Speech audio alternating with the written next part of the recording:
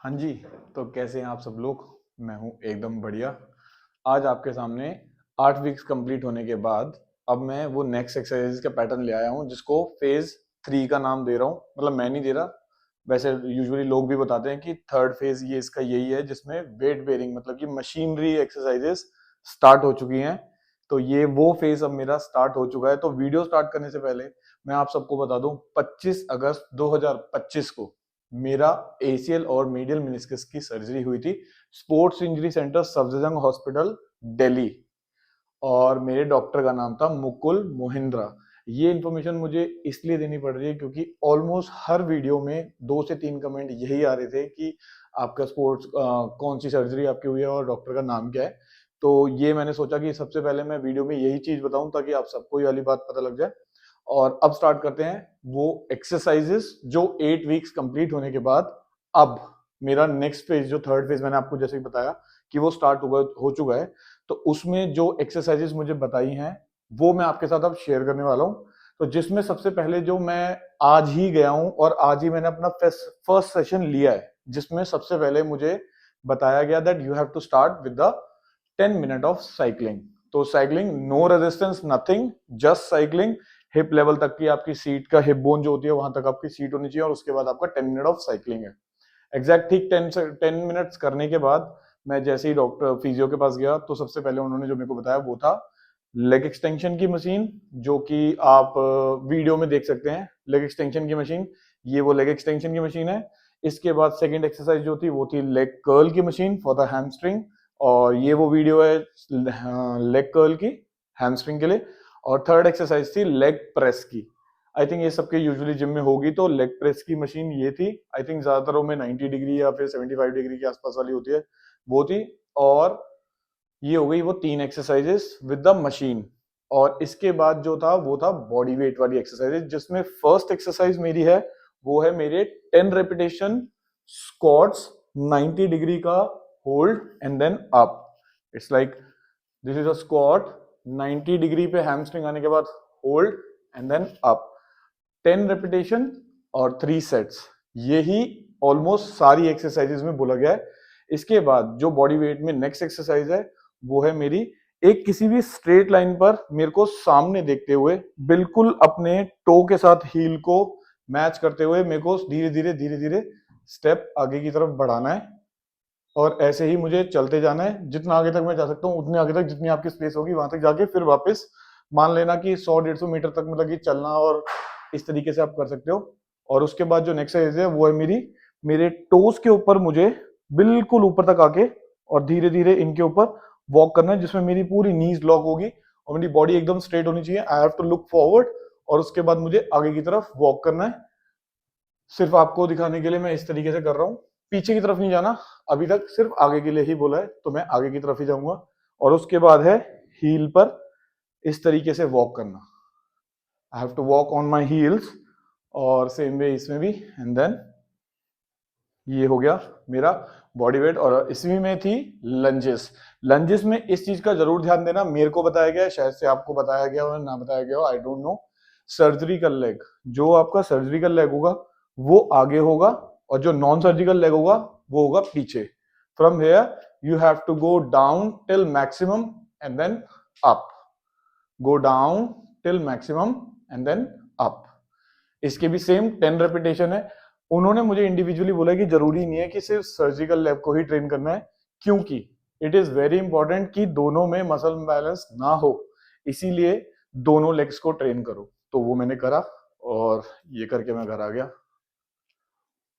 और इसके बाद जो नेक्स्ट एक्सरसाइज है वो आ जाती है अब मेरी स्ट्रेचिंग में, जो उन्होंने बताया था कि स्ट्रेचिंग है इसके बाद। तो जिसमें सबसे पहले काफ का स्ट्रेच जो आपको करना है वो आपको वॉल के थ्रू अगेंस्ट वॉल की तरफ देखते हुए अपना पैर ऊपर लाना है and then you have to stretch your calf and hold there for the 10 seconds and then switch your leg. दोनों ही लेग्स को आपको करना है। फिर उसके बाद मेरा आ गया हैमस्ट्रिंग का स्ट्रेच। हैमस्ट्रिंग के स्ट्रेच के लिए जो भी मैं लेग स्ट्रेच कर रहा हूँ, आगे वाला लेग बिल्कुल स्ट्रेट, पीछे वाला slightly bend and I have to just bend forward and touch my toes together. और इस तरीके से आपको जो लेग स्ट्रेट होगा उसमें बहुत अच्छे से स्ट्रेच फील होगा। This one is for the hamstring and then IT band का जो उन्होंने बताया था।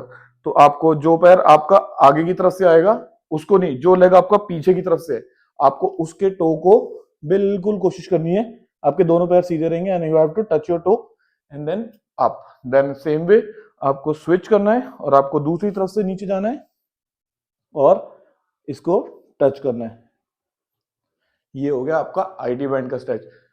लास्ट स्ट्रेच जो क्वाड्स का है वो है आपको कहीं भी वॉल पे हाथ लगा के और उसके बाद नी इस तरीके से एंकल को पकड़ के and then you have to stretch to the maximum. आपको जितना आप पुल कर पा रहे हो, अभी हाल फिलहाल में मेरा इतना ही है, तो मैंने उनसे पूछा है तो उन्होंने मेरे को कहा है कि धीरे धीरे ये भी इंप्रूव हो जाएगा, so you no need to worry about.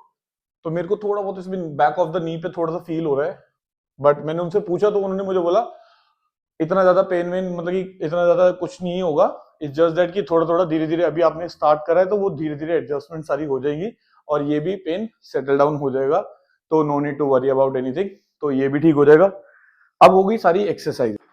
हाँ जी, तो ये सब चीजें तो मैंने आपके साथ शेयर कर दी कि 8 वीक्स कंप्लीट होने के बाद मेरे को ये एक्सरसाइजेस बताई गई हैं for the next third phase के लिए, कि उसमें अब मेरी मशीनरीज की एक्सरसाइजेस प्लस मेरा बॉडी वेट और अभी स्ट्रेचिंग, सिर्फ इतना ही इन्वॉल्व किया गया है। और उसमें स्पेसिफिकली मुझे बताया गया कि सबसे पहले मेरे को वार्म अप के लिए साइकिल करना है, उसके बाद वेट ट्रेनिंग करना है, उसके बाद बॉडी वेटेड एक्सरसाइजेस करनी है जिसमें स्क्वाट, लंजेस और मेरा वॉक्स था, और लास्ट में मेरे को करनी है स्ट्रेचिंग। तो ये तो बात हो गई कि जो मेरे को आज फिजियो से मिलके सब कुछ मैंने बातें करी और उनसे जब कुछ डिस्कस करा, और जिसमें मेरे को कोई भी अगर डिस्कम्फर्ट आया तो मैंने उनसे वो बात करी, तो उसका उन्होंने मेरे को सोल्यूशन बताया कि मेरे को सिर्फ एक ही प्रॉब्लम आई थी, वो ये थी कि नी क्वाड को स्ट्रेच करते हुए मेरे को नी के बैक ऑफ द नी के पीछे की तरफ ना हल्का सा मतलब ऐसे टाइटनेस सी पिंच सा लग रहा था कुछ, तो वो मैंने उनसे पूछा तो दे सेड कि इट्स नॉर्मल, वो होता ही है, अभी तो आपको सिर्फ 8 वीक्स ही हुए हैं, तो वो धीरे धीरे ठीक हो जाएगा, उसकी टेंशन नहीं है। तो इसको मेरे को करना कैसे है मैंने उनसे ये पूछा है, तो जिसमें उन्होंने मुझे ये बताया है कि सबसे पहले मुझे ये एक्सरसाइजेस हफ्ते में 4 से 5 बार करनी है। मैं अपने जिम में भी जाके कर सकता हूँ कहीं, और अगर ये सबसे बेस्ट चीज होगी अगर मैं इन्हीं के पास जाके वहां पर एक्सरसाइजेस करूँ, क्योंकि इनके इक्विपमेंट्स बहुत अच्छे थे, बहुत स्मूथ थे, टेक्नो जिम के इक्विपमेंट्स थे, और मेरे को देख के भी मतलब कि फील आया एक बढ़िया कि मतलब यार अच्छे इक्विपमेंट है, और जब मैंने यूज करे, मैंने ऑलरेडी पहले भी यूज कर रखे हैं, बट हाँ वहां पर जाके मतलब कि अच्छा लग रहा था कि देख के ऐसा कि कोई बोल नहीं सकता कि वो एक सरकारी हॉस्पिटल है। तो ये था वहां का अभी तक का अपडेट, तो जिसमें मतलब कि मेरे को अभी ऑलमोस्ट 3 से 4 दिन निकालने ही पड़ेंगे अपने, 1 से सवा 1 घंटा लग जाता है वहां पे जाके एक्सरसाइजेस वगैरह परफॉर्म करने में। तो बहुत ही अच्छा आज का एक्सपीरियंस था, ये आज का बहुत ही अच्छा एक्सपीरियंस रहा मेरा, और यही बस मेरे को आगे अभी कंटिन्यू करना है। और अब बात करते हैं कि क्या इन एक्सरसाइजेस से आपको हेल्प होगी। पहली बात तो ये है कि मैंने आपको साफ साफ क्लियरली बता रखा है कि मैं जो भी एक्सरसाइजेस करता हूँ वो मेरे को पर्टिकुलरली फिजियो देखने के बाद बताते हैं कि आपको ये करना चाहिए और वो करना चाहिए। हालांकि आज भी एक ऐसा ही इंसिडेंट हुआ कि एक बंदा आ रखा था जो ऑलरेडी मतलब कि 4 मंथ्स उनको कंप्लीट हो चुके थे अपनी एसीएल की, और मीडियल मेनिस्कस आई थिंक उनका रिपेयर नहीं हुआ था, बट उसमें भी उनको कॉम्प्लिकेशन लग रही थी, तो उनको वो एक्सरसाइजेस सजेस्ट नहीं करी गई जो मेरे को ऑलरेडी करी गई हैं। और हाल फिलहाल में आपने मेरी ओल्ड वीडियोस में ये भी देखा होगा कि मेरे काफी भाई ऐसे थे जिन्होंने कमेंट करा था कि मैं एथलीट हूँ या फिर मैं एथलेटिक हूँ पहले से, तो मेरी रिकवरी फास्ट हुई है। तो दिस इज वेरी ट्रू भाई, कि हाँ मेरी रिकवरी यूजुअली नॉर्मल लोगों से जल्दी हुई है, बट मेन फोकस किस पे है, मेन एजेंडा क्या है, मेरा मेन एजेंडा यही तो है कि आपकी सर्जरी से पहले जो प्री हैव है वही तो अच्छा करना है, और उसी को अच्छा करने के लिए ही मैंने हमेशा पुश किया है। मैं आज भी वही बात फिर दोबारा कहूंगा कि अगर आप में से कोई भी ये जो वीडियो देख रहा है और उनको अपनी सर्जरी 1 से 1.5 महीने में करवानी है, तो भाई प्लीज या बहन जो भी है, आप जरूर अपनी प्री हैब की एक्सरसाइजेस पे ध्यान देना। आप प्री हैब जब करके जाओगे ना, उसके बाद जो आपको रिहैब के टाइम पे रिजल्ट आएगा ना, आप भी यूट्यूब पे बाकी सब लोगों की जब वीडियोस देख रहे होगे ना, तो आप बोलोगे यार मेरे को तो ऐसा कोई पेन ही नहीं है, मेरी तो रिकवरी बहुत जल्दी हो रही है, I am really liking the process. तो वो इस तरीके का पॉजिटिव एक आपको इस तरीके का माइंडसेट हो जाएगा ना आपका, और आपको इतना मजा आ रहा होगा वो सब करने में। तो बस मेरा मेन यही गाइड कर रहे हैं आपको कि भाई मैं एथलेटिक हूँ डजंट मीन कि मतलब कि आप नहीं बन सकते। हाँ आप एथलेटिक नहीं बन सकते, बट आप अपनी तरफ से एक बेस्ट तो दे सकते हैं। मेरे को भाई ने बोला कि मैं नॉर्मल वॉक 5 हफ्ते बाद इसीलिए कर पाया और ना मेरे को कोई जर्क आ रहा है या कुछ ऐसा, क्योंकि मैं एथलेटिक हूँ। मेरे को इस बात का भी आंसर आपको यही देना है कि भाई हाँ मैं एथलेटिक हूँ, मैंने अच्छा करा, बट सर्जरी से पहले मैं नी की पूरी रेंज लेके गया था। ज्यादातर होता क्या है कि ज्यादातर डॉक्टर्स बताते नहीं है कि आपको अगर इंजरी हुई है तो 5 से 6 महीने बाद आप एक बेंड नी के साथ ही चले जाते हो और आपका नी का रेंज ऑफ मोशन पूरा नहीं होता। हालांकि स्वेलिंग चली गई है लेकिन आपका नी का रेंज ऑफ मोशन पूरा नहीं है। मैंने उसी चीज को, जब डॉक्टर ने मुझे बोला कि नी का पूरा रेंज ऑफ मोशन लेके आना और तुम्हारी रिकवरी अच्छी होगी, मैंने सिर्फ और सिर्फ वही किया। जस्ट बिकॉज ऑफ दैट मैं अगर आज ये सब कमेंट पढ़ रहा हूँ, हालांकि मुझे कमेंट पढ़ के बिल्कुल नेगेटिव नहीं लगता, it is like very positive to me, क्योंकि इसमें यार मेरी प्रीहैब की मतलब की तारीफ हो रही है कि मैं उसी की वजह से आज इस तरीके से चल रहा हूँ कि लोगों को ये चीज मतलब की अच्छी लग रही है कि हाँ यार 8 हफ्ते के अंदर अंदर एक बंदा नॉर्मली इतना अच्छे से चल पा रहा है, स्टेयर्स उतर पा रहा है, भागता तो मैं नहीं हूँ, पर हाँ मैं स्मूथली चलता हूँ, अच्छी खासी पेस पे चल लेता हूँ, कोई दिक्कत नहीं आती टचवुड। तो आप अपनी प्रीहैब को जरूर जरूर, मैं हर बार एक ही बार वीडियो में यही चीज बोल रहा हूँ, अपनी प्रीहैब को इतना स्ट्रॉन्ग करके जाना कि आपकी रिहैब जस्ट सपोर्ट ही बन जाए आपके लिए और उसके बाद सारा प्रोसेस स्मूथ चलता जाए। तो मैं इतना ही बताना चाहता हूं आपको प्रीहैब के बारे में कि हाँ यही वो रीजन है जिसकी वजह से मैं आज 8 हफ्ते के अंदर अंदर अपनी इतनी अच्छी रिकवरी लेके बैठा हूं, एज पर डॉक्टर्स, एज पर फिजियो एंड एज पर आप सब लोग जो कमेंट में मेरे को बताते हो। और एक और चीज आप सबके साथ शेयर करना चाहता था कि मैं जितना किसी को पॉजिटिव और जितना किसी को मोटिवेट कर सकता हूँ वो मैं अपनी तरफ से पूरा कर रहा हूँ। हालांकि मैंने कई कमेंट्स में कई मेरे भाई लोग हैं और कई ऐसे नोन लोग, नोन तो कोई भी नहीं है, अननोन लोग इतने सारे हैं जो भी मैसेज करके ये बोलते हैं कि कांटेक्ट मिल सकता है, बात करनी है। हालांकि कल ही मैंने एक अपने भाई से बात करी भी है और मैंने उनको जो बेस्ट मेरी तरफ से हो सकता था वो मैंने उनको सजेस्ट भी करा है। और आई होप कि भाई जल्दी ठीक हो जाएंगे, उनको जो भी प्रॉब्लम आ रही है वो भी जल्दी ठीक हो जाएगी। ये मेरा काम नहीं है किसी की कोई प्रेन हो रहा है, किसी को कोई कुछ हो रहा है, वो मेरा काम नहीं है, वो फिजियो और डॉक्टर का ही काम है, उसको उनके तक ही रहने दो। मैं अपनी तरफ से जो बेस्ट कर सकता हूँ आपको थोड़ा मोटिवेट कर सकता हूँ, अपनी वीडियोस में आपको अपने वर्कआउट्स दिखा के एक मोटिवेशन दे सकता हूँ, आपको अपना फीडबैक देता हूँ ताकि आप अपने आप से रिलेट कर पाए और आपको भी ये पता लगे कि यार आपका भी बहुत अच्छा प्रोग्रेस चल रहा है। और अगर किसी को कोई रिजल्ट नहीं आ रहा और किसी को कोई प्रॉब्लम हो रही है तो मेरे को ऐसा लगता है एज अ फिटनेस प्रोफेशनल मेरा ये काम है कि आप लोगों को एक सही गाइडेंस दे पाऊं। तो उसी तरीके से मैंने एक दो भाइयों की भी सेम इसी तरीके से हेल्प करी है और मैंने उनको जो मेरा बेस्ट था सजेशन वही मैंने उनको दिया कि आपने कहीं से भी सर्जरी कराई हो, कुछ भी ऐसा हो, बट आप एक बार स्पोर्ट्स इंजरी सर्जन आके देखो, आप डॉक्टर से मिलो, अपनी परेशानी बताओ, वो आपको उसका बेस्ट सोल्यूशन पक्का देंगे। बेशक वो एक हफ्ते में उसको ठीक ना कर पाए लेकिन आपको 1 से 1.5 महीने में उसका रिजल्ट जरूर दिखेगा, because they guys are very good यार। और मेरा पर्सनल सजेशन सबको यही है, आपको देखो पसंद आता हो तो आप मेरी एक्सरसाइजेस ट्राई करके देखना, शायद से आपको भी रिजल्ट आ जाए और हो सकता है शायद ना भी आए, हो सकता है कि आपकी कोई इंजरी थी वो ज्यादा बढ़ जाए या फिर ऐसा हो सकता है वो इंजरी ठीक हो जाए।